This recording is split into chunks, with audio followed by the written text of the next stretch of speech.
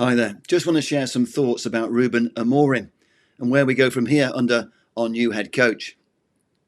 After the excitement and optimism created by Ruben's appointment, we've already seen there's no instant fix for this United side. A dream start with our opening goal after 81 seconds at Ipswich gave us a glimpse of where we could be heading. But then came the realisation that there's an awful lot of work to be done to fix this team. There's no overnight solution. Ruben may be a special one, but he's also a realist. And he's already told us this next stage will be painful. We're going to suffer for a long period, warned Ruben after Sunday's first match day in the hot seat. What I think he actually means is that it's going to be painful for the players as much as the fans, because these players are currently not fit for purpose. And I mean that quite literally. It's not about talent. It's not about desire. It's more basic than that. This Manchester United squad is just not fit enough. Forget systems, forget tactics. In the modern game, peak fitness is the minimum requirement. And the stats have told us time and time again that this United team are well off the pace. Last season, United were in the bottom half of the table for distance covered by players during Premier League matches. On Sunday, we were outrun by Ipswich Town. The overall 102 kilometres run was United's second lowest of the Premier League campaign so far. And just like Erik ten Hag before him, Ruben Amorim won't be able to create the identity he wants for United without players working harder to get fit. And how we fix that mid-season is a real problem. For that reason alone, we're unlikely to see what Ruben wants us to see before the start of next season. The challenge for Ruben, in the meantime, is to win enough games to keep the critics off his back. And trust me, however generous the media are being in this honeymoon period, that won't last if United are still struggling in mid-table after Christmas and into the new year. What is already apparent is that Ruben can see the excessive media duties he's obliged to undertake are a real handicap.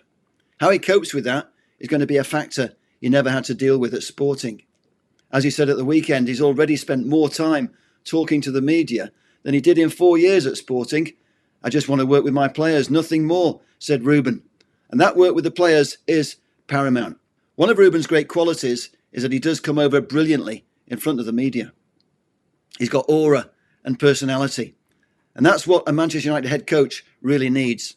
It's become such an important requirement in the modern game. There's no doubt Ruben Amorim is much better in that department than his predecessor. I just hope he's not going to be worn down by the never-ending demands and unrealistic expectations.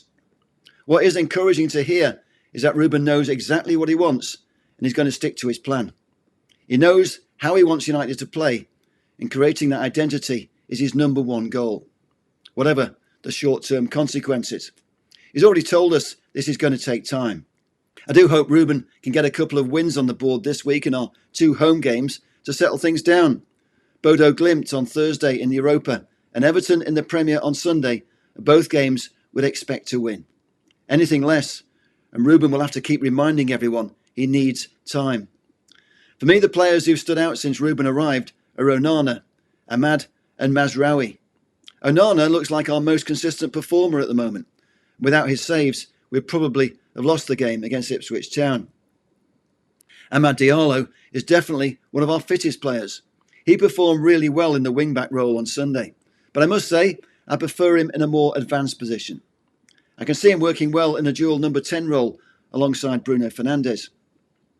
I'd like to see Garnacho try the wing-back role. He's definitely got the legs. We just need to see better distribution from the young Argentinian. The one player who's very much a versatile performer is Mazraoui. Comfortable at right centre-back in the 3, he'll obviously be good at right wing-back. I expect we're going to see Ruben try quite a few permutations over the coming weeks. And I do hope fans will be patient. We all know there's a lot that can go wrong when you're in the hot seat at Manchester United Football Club. The weight of expectation, the demands of our global support, the traps set by a media that love to see United fail. The fact that virtually every other football club lives in our shadow, knowing that beating Manchester United is always special. Injuries, bad luck, off-the-field dramas. There are so many obstacles to overcome to conquer all, with Manchester United. It's become the hardest job in football since Fergie retired, but find the right man and this can also be the best job in the world. Ruben Amorim is not Fergie, he's not Busby, but like those two knights who made United great, he knows what they knew. In his first few days in the job, he's shown us that he knows why this football club is so special. And I do believe he considers making all our players fully understand what that means is part of his job. Like building a house, it's important to have solid foundations. And Ruben talks like he's hell-bent on making those foundations as strong as possibly can be done. From what I've seen and heard so far, Ruben Amorim fills me with optimism. He gets Manchester United Football Club, and he gets it in a way that makes me believe this incredibly young and gifted coach will get through to the players. He clearly knows why any player who wears our colours owes it to our fans.